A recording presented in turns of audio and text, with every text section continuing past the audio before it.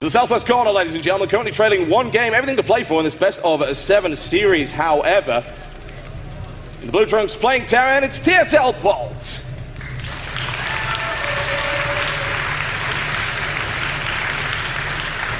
Versus his opponents. It's like, you're going to have the third base. Consider it my gift to you. Playing for Team Millennium, and in the red trunks playing Zerg to the northeast, it is Stephano.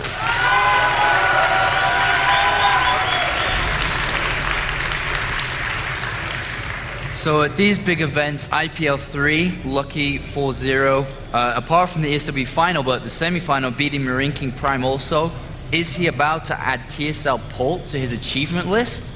We're about to find out, man. Like I said, it's still a best of 7. It's going the full distance, so despite winning the first game, Polt has full experience here, obviously being the GSL Super Tournament winner, knows what it takes to be a champion, and we saw today, especially those Terran versus Zerg games, we saw a champion in the making, but is Stephano going to prevent that from happening? And if it goes anything like game number 1, from being behind at the early stages of the game, to being on 2 base versus a Terran on 3, to come back with just a single counterattack to change the entire of the game, and man, Stephano could easily add that to his achievement list of beating Polt. It would be very, very nice indeed, and it would also add to his reputation. He is actually feared in Korea, and a lot of people try to figure out how to beat him. And in the past, he has been out theory crafted. If you recall correctly, the games with the STC in IPL 3, and then of course the rematch against the STC went the other way. And arguably the entirety of OGS sat down and said, here's how you beat Stephano. Need to get myself in Team OGS, because I don't know. And I'll take Bling with me too, because he needs help too. Oh, well, that's a nice thing to say. It's alright, he knows it, that's the funny part.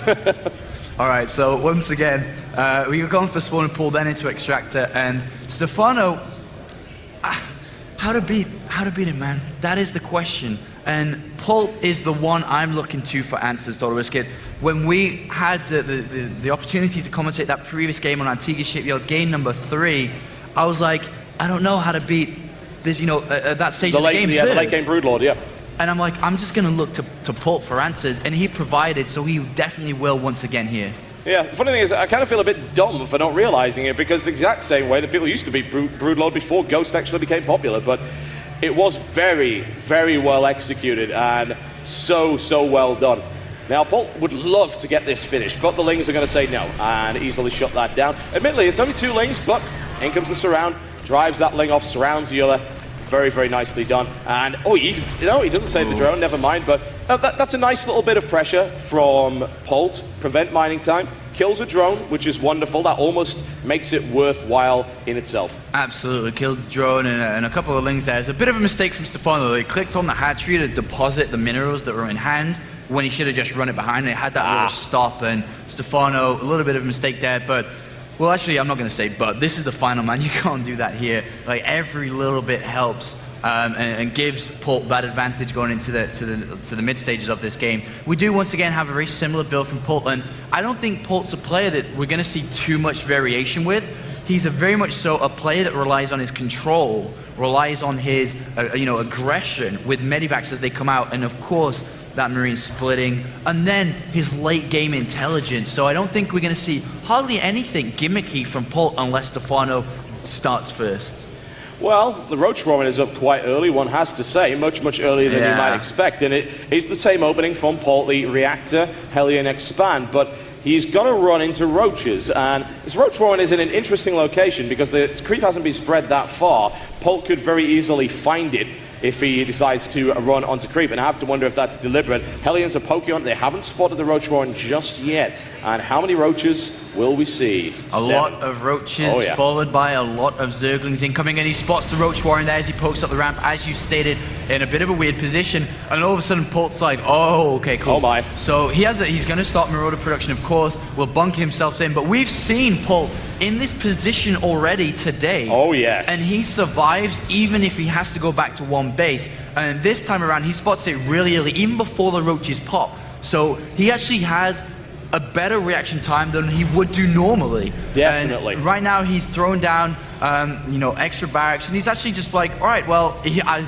was going to say, is he going to go ahead and expand? I'm like, no, you shouldn't really do that. And he's just going to be sitting behind the wall, and there's nothing to bring down the supply depots fast enough, even with the Roach and Ling, and we do see a bit of a counterattack here by Polt, a risk he can take if he stays on one base. And very smart as well, because it does force the Lings to actually try and deal with it. A lot of Lings got picked off, which is blunted this attack here by Stephano. Will it blunt it enough? He even managed to take a Roach out there with those Hellions. There's still 5 there to cause a whole heap of problems and trying to stretch Stephano's multitasking, saying, if you're going to attack me, you're going to have to deal with this too. The thing is that the more important thing, I mean, actually, if these go in to kill drones, that's going to be the more important thing, but okay, I'll go ahead and explain it after this finishes. Queen does go down to a little biscuit, and now the Roach is knocking on the front door. And there are 2 Marauders to try and stop it, and repairs actually go up in time? No, they will not. It breaks. And in the meantime, there's the harassment coming in. Good splitting there by Stephano to keep most of that alive. Lings are about to pop, and they should be able to shut that down. A bit of a surprise there for Polt. And there we go, ripped to pieces in the natural. Stephano making his way through, but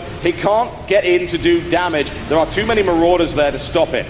All right, so what I wanted to go in and say, but it would have taken a while, so I didn't. Indeed. Is that the Hellions, as a Terran player, all right, guys, get your notepad out. As a Terran player, you have 2 options. You either come back with the Hellions and defend with them and defend against the Lings, or 2, you go and do that, and you don't go for a counterattack in terms of killing drones, you prevent the Ling reinforcements. Because then all of a sudden you only have X amount and a small percentage of an army to deal with, and the strength of that kind of all-in, not really all-in, but that aggressive opening, is the reinforcements streaming in and Lings, and you just keep on hammering away, which is what Polt stopped efficiently there, and why it was so easy of a hold for him, and a lot of other Terran players struggled so hard against that. Yep. There was damage done when he went in there. He was able to kill 8 SCVs, including, of course, the one that was killed on Stephano's natural there. So it certainly was a decent investment. He throws away basically minerals and a tiny bit of gas to slow down the economy. And that's not the only way he slowed it down. He delayed that expansion for a very long time. A lot of potential mining time thrown away there. A lot of oversaturation on the main mineral line, which means, of course, that mines out faster.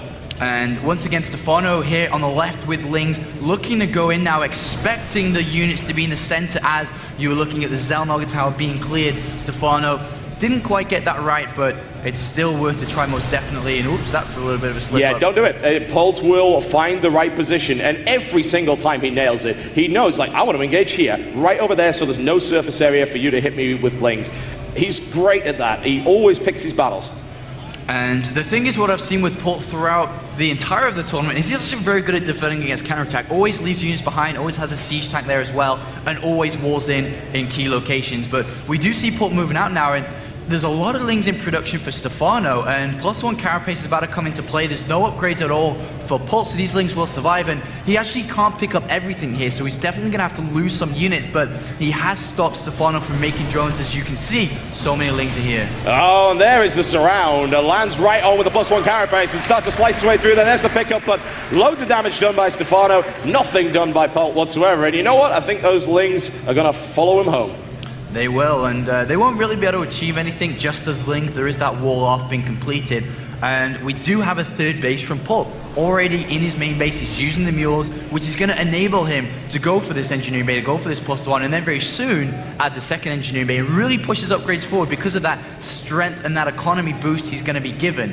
But he doesn't want to move out to take an expansion yet, and he actually needs to lift that supply depot, otherwise, oh, okay, there's not that many Lings there, but he doesn't want to move out to take a 3rd base right now because the amount of presence that Stephano has on the map, it's so much. There are so many Lings around, and one loss of a big engagement, one big army, if Polt loses it, could be game ending, could be just 0-2 down.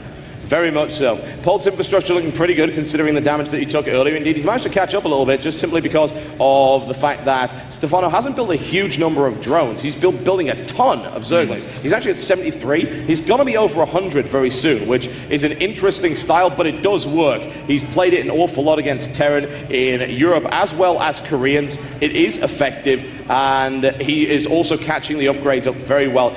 And actually, if there's one thing I'll say about Polt, it's that his upgrades in this matchup have been fairly lackluster, and it's hurting him badly. Indeed, he is working on the 2nd engineering bay and armory now. We'll be able to continue into that. He does have 2 tanks now, a 2nd factory being produced too, so he can kind of just build that can up, and he's already starting to wall off that 3rd base. You can see the green illusions of the supply depots and bunkers coming in. So it's going to narrow the area which Stephano will ideally want to go for. And what we could see from Stephano right now is a pronged double attack going into the natural area and also the third base, because he has so many lings. But it looks like he's running to the bottom right-hand side of the map. I'm not too sure why. There's no drops or anything coming, so he doesn't need to be down there. But at the same time, Stephano throws down the hive. Well, not really throws down the hive, but does upgrade to the hive now. Oh yes, and Stephano's going to be throwing down an entirely different way over here, but he is stopped by the presence of all of these units over here. Little unpleasant bunkers up as well. Doesn't want to get too close to that. I really am not actually sure what they are doing down there. I think they're worshipping at this green glowy altar over here for whatever reason. I don't know why. And no scan down from Polt yet. No idea what Stephano's doing, but he doesn't really care too much at the moment. He's just trying to get that third base up. And that's when we'll start to see a bit of scouting, scanning, dropping, and so on. Because he needs to know what Stephano's doing. And we do see a drop now, first of all, going down the south side here for Polt. And we'll be going towards that bottom right expansion. But Ling's already there, already set up. And still no scan yet from Polt. Meanwhile, is Stephano. No Spires come down, so we will be going Ultralist once again here. It seems to work, certainly. Polt's tank count is starting to get pretty high, but it's not really the tank count that matters so much, it's the Marauder count. And Marauder count is actually getting pretty reasonable, but upgrades. Polt is behind in that regard, and he's going to get punished for it. Stephano looking to easily surround that. So quick! Picks off an Infestor and is just immediately out of there. And I think Polt's just blindly accepting that Ultras are coming. He's watched Stephano play multiple times. He hasn't scanned, yet he does have a decent amount of tech labs on barracks. He's building a lot of Marauders, as you can see. There goes the scan. Does see the Hive, but doesn't see the Ultras cabinets. Once again, Stephano throws it onto the natural, but that's what I'd like to see from Stephano, is just throw in that switch. You know, late game, at 16, 70 minutes, just go ahead and be like, no, I'm going to actually go Brutalist this time, because it looks like Polt is just accepting that Ultras are coming without knowing for sure. The thing about Stephano is, especially if you remember his IPL 3 performance, something that I noted was he will use the same style until it fails on one map and then he switches, which is why I think he's doing this. And you see this in multiple tournaments. He doesn't just keep switching up. Yes, he will vary his opening, but he will go into the same style over and over again. And that's an interesting little move there by Stephano. And a double Medivac drop into the main base here is picked up immediately, as Stephano has Lings everywhere, but is about to lose a large chunk of Lings in the bottom left. Will he be able to achieve anything? Oh, well, actually that third base is quite naked, but he doesn't go there and tries to get the tanks instead. Well, he's going to take a tank and Marauder and so on and so forth, whether or not the trade was worthwhile. Well, to be fair, he's mining from 4 bases, and it's just Lings, so it doesn't really matter. He's also unlocking supply, I feel, for more Ultras. You'll see how close he is there, so I think that was deliberate from him. And Stephano does clean up a drop in the main base with Infestors there, but nothing left to see, but it was pretty straightforward with Infestors. But now the more important part, Thorobiscuit, is Polt surging towards that bottom right base. Will be able to get into decent position, and by God, these tanks are. They really, really are. There's a lot of them as well. And the Lings try to come in from that side, and they're stopped. The Lings come in from this side. 3-pronged attack here by Stephano, but Polt crushes it completely. Very nicely played there by him. Those positions were perfect. Yeah, he should have waited for the Infestors, really. And now he's going to take significant losses. The Infestors do come in alone, but could easily get sniped off by these units. And Polt should be bunny hopping tanks towards that expansion. He is also taking the center of the map as well. Really good play here from Polt. And he's establishing a nice little position here. There is, well, these Lings on the natural burrowed here. There was a bit of a counterattack, but nothing really happened there. They're just kind of sitting there underneath the ground, ready to go into the main. Yeah, that actually could be very, very annoying. If he waits for +3 and then just pops them in there while the supply depots are down, he could actually do a lot of damage. Or even jump on that supply little train over there. In the meantime, the engagement is coming in. Stephano charging his way through once again, trying to break the tank line and successfully doing so. He's got Ultras, he's got Infestors. The Infestor Terran pops up under there. He burrows as well, which is very nice to see. The tanks still remain alive, however. There's not that many left, though.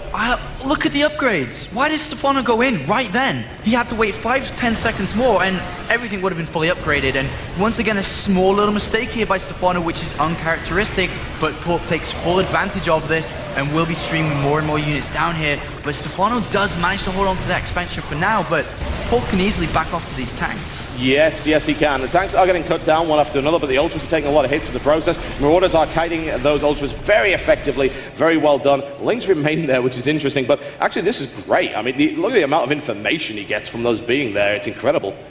Absolutely, he sees the reinforcements continuing to stream in, and once again, Stephano only building units, knowing that he has to push Polt away from this location. You cannot let him just stay here with tanks and keep reinforcing to this place, and we do see Ultras coming now. How many are actually out? We do have 3 out, but I just don't feel there's enough, and especially as +2 armor kicks in, and +3 attack, and for the infantry that is, and +2 about to finish on the tanks here. Yeah, he's really tightened up his upgrading, which is good, because that was something that Stephano had a big edge to. Unfortunately, that Ultralisk is wandering to its doom. It just doesn't want to live anymore.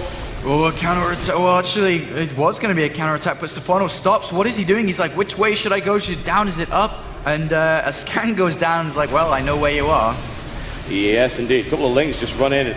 Inefficient trades, but tries to go from behind, which will smash through the majority of the tanks. Polt is still well spread out here. But the Lings now move in and rip their way through one tank and the second. The cleanup is coming. He's finally managed to break it. Nicely done there by Stephano, and a nice grab at the back with those. Finally, and he forces Polt to lift up the command center and GTFO from that location. But Stephano's taken the center. He's taken the north base now, and I was going to say, oh my god, are we going to see the same as last game? But no, this time Polt has tanks in siege mode. He has decent amount of medivacs here and will be able to replenish them. Also, Polt is building a couple of, just finishing up with a couple of extra command centers for those mules to keep his economy high no matter how many counterattacks happen, and can even start to sack a few SCVs eventually to make his army overall stronger. But Stephano's allowing Polt to get a planetary fortress on the south side. A bit of lack of information there, and we do see that double medivac drop heading to the north side, but Stephano did see it.